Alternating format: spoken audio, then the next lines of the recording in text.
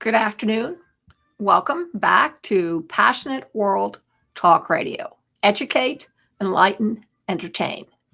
And today our host is Dr. Ghoulem Berrah, who wrote a subsequent book to the one that her husband, Dr. Berrah, wrote about bringing world peace. He felt it was very, very important. The book that she wrote to accompanying the first book written by her husband, who has passed, is called Our Common Faith, a plea for interfaith harmony. And for those who did not join us in the last podcast, Dr. Ghoulem Berrah was a diplomat, an eminent scientist, and an extraordinary man who believed that only dialogue can save humanity from the perils of war. Dr. Berrah was born in Algeria and came to the U.S. as a Fulbright scholar. He earned a doctorate in microbiology at Indiana University and was a member of the New York Academy of Sciences. After teaching at Yale University School of Medicine, he resigned to focus on a quest for peace around the world. A devout Muslim, he married to a fervent Roman Catholic. He sowed the seeds for cooperation and respect among people of all faiths. So, have you ever thought why religion may be an obstacle to love?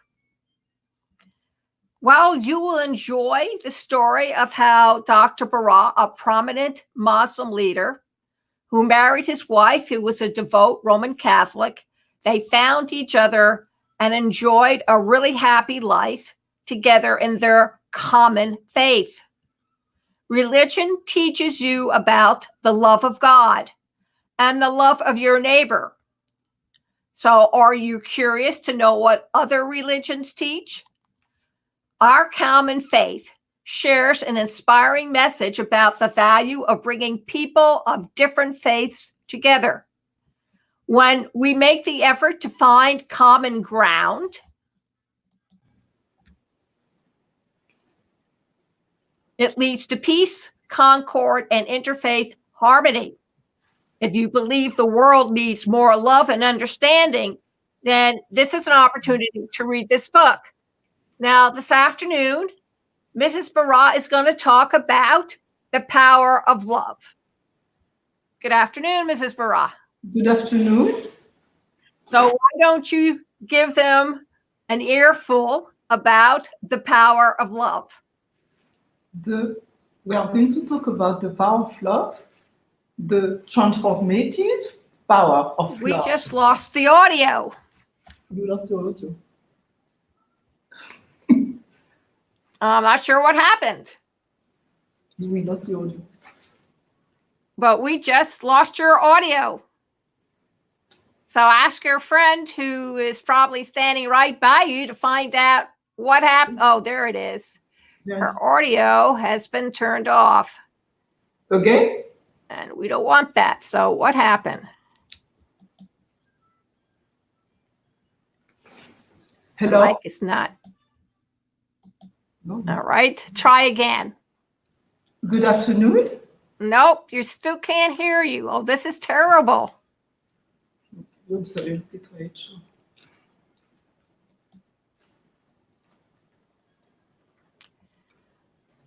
Well, I'm not quite sure what happened. Why don't you...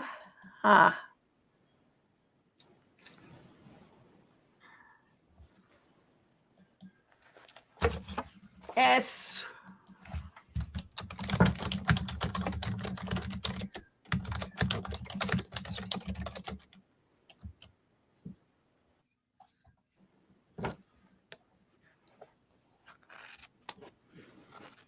All right, let me see what the problem is, because you started talking, we heard you, and then all of a sudden, we don't hear you anymore. Can you hear me now? Now we can hear you. Okay. Okay, perfect. Great. Good afternoon. Merry Christmas. Happy Hanukkah. And today we are going to talk about the power of love the transformative power of love. This is a topic with common to all faiths and also related to all human beings, regardless of their belief.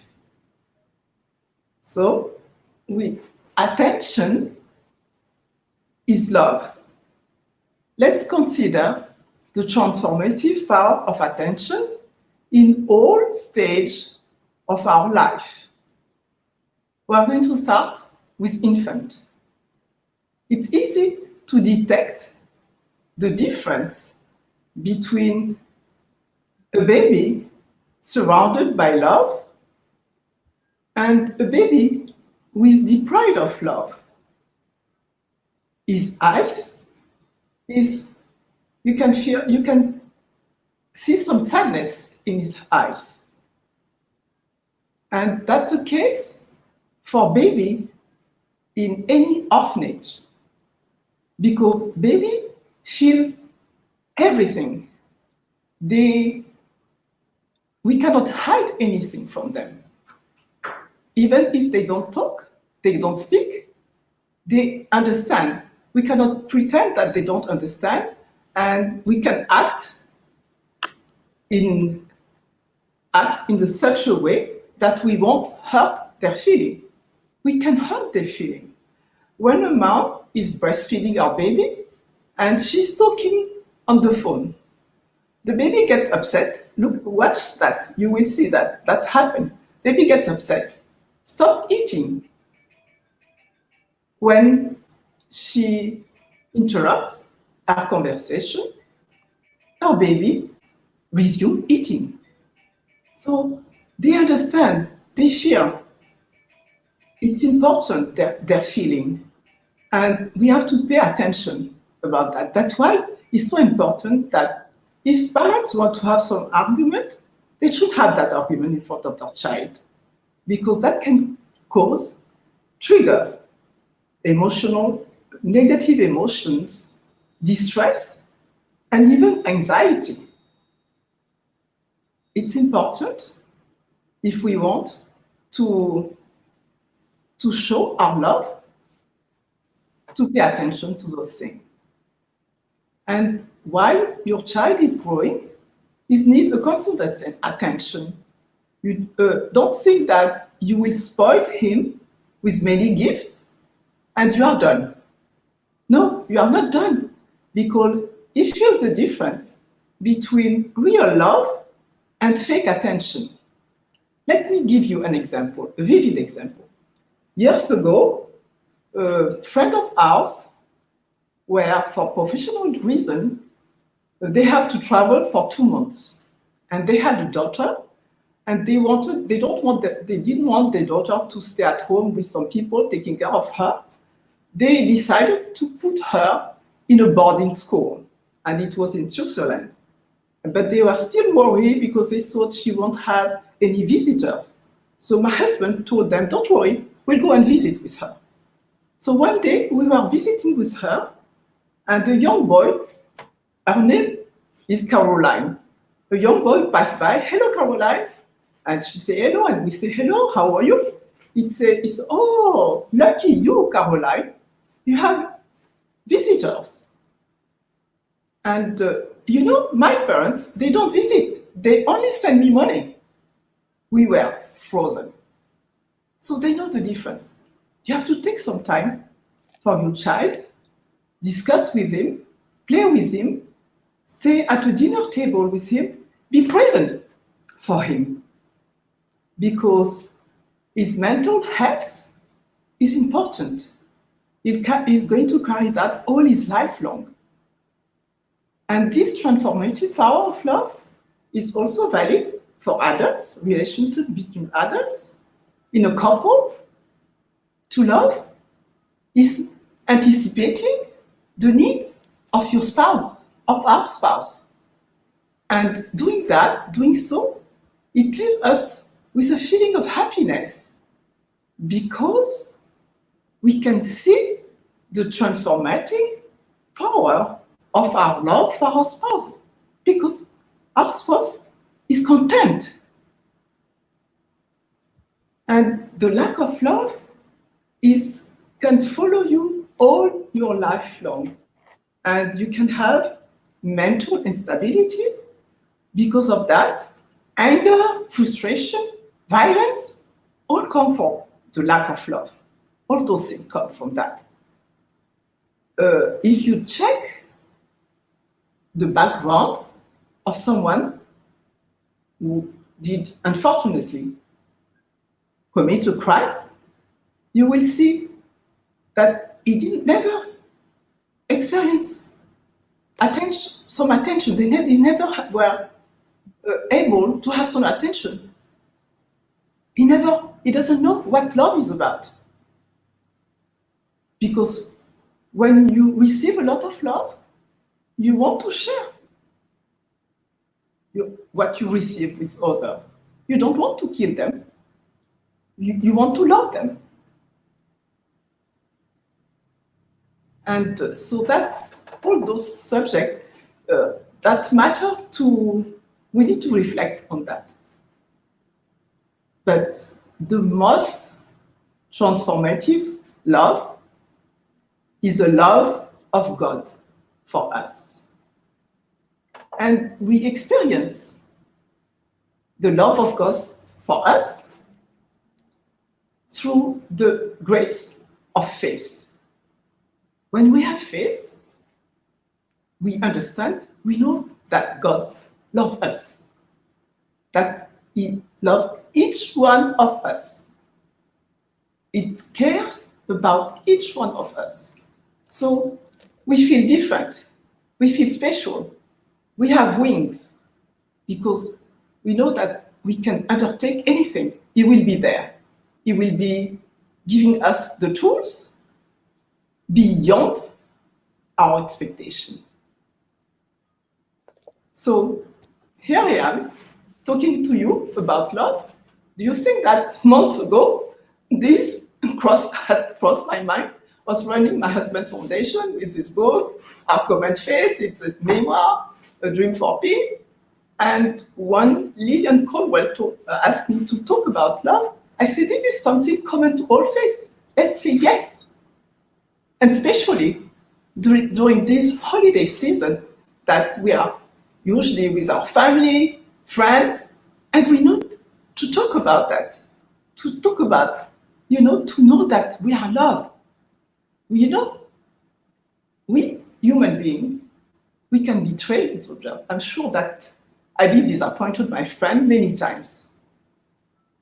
But the love of God will never betray us. We can be confident.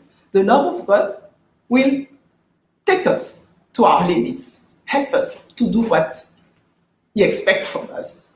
We just have to listen, to pray, to try to be close to Him. And we will understand. We'll have wings. So, my dear brother and sister, be confident in the love of God, and you will have wings through all the years to come. And I would like to end our conversation with a beautiful story. This story was brought to me by a friend of mine, but I don't know the author. It's a story of 4 candles. 4 candles were burning slowly and having a conversation. The first one said, I am peace, but no one is able to keep me lit. I think that I'm going to burn out. So her flame faded away and disappeared. The second one said, I'm faith. Nowadays, people think that I'm not essential to their life. So why should I stay late? As soon as she finished talking, she burned out. The third one said, I'm love. But I'm not so important anymore because people forget to love even those who are close to them. So why should I stay lit? And without making any noise, she burned out. Here enter a little girl, and she starts crying and saying to the other candle, why didn't you didn't stay lit? You should have stayed lit until the end. And the first candle say, don't cry, don't be afraid. You know, I still have my flame. Use my flame and light up the other candle. So some light came to the little girl, her eyes was brightened, and she took the flame of candle hope to revive the tree of those candles. So let's try to be in our life a little girl or little girl with hope, and let's try to always revive the light of peace, the light of faith, and the light of love. This is it for today. Merry Christmas again. Happy Hanukkah. And to all of us, to all of you and to your family, Happy New Year. Blessed New Year. A blessed New Year. Thank you for listening. Next time, we talk about peace and love, how they are related. Thank you. Thank you for listening to Passionate World Talk Radio. And you can review this video over again at youtube.com/PWR network. Also at https:// passionateworldtalkradio.com. Click on our common faith, and you will see the video posted on the website. And you'll also see it on YouTube, Facebook, and LinkedIn. And before you go away and stray, we have a little saying for today, as always, so you don't leave empty-handed. And it is from Charles Dickens, from Oliver Twist, 1837 to 1838. There is a passion for hunting something deeply implanted in the human breast. And what is it? The power of love. So until next time, January 9th, same time, 3:30, with Mrs. Berrah, we wish you a very Merry Christmas. I understand there are 9 more days of Christmas because the 12 days of Christmas, of course, start on the first day of Christmas, which is the 25th. And PWTR and Mrs. Berrah and I wish you all a very happy and safe New Year. Thank you for having me. Okay.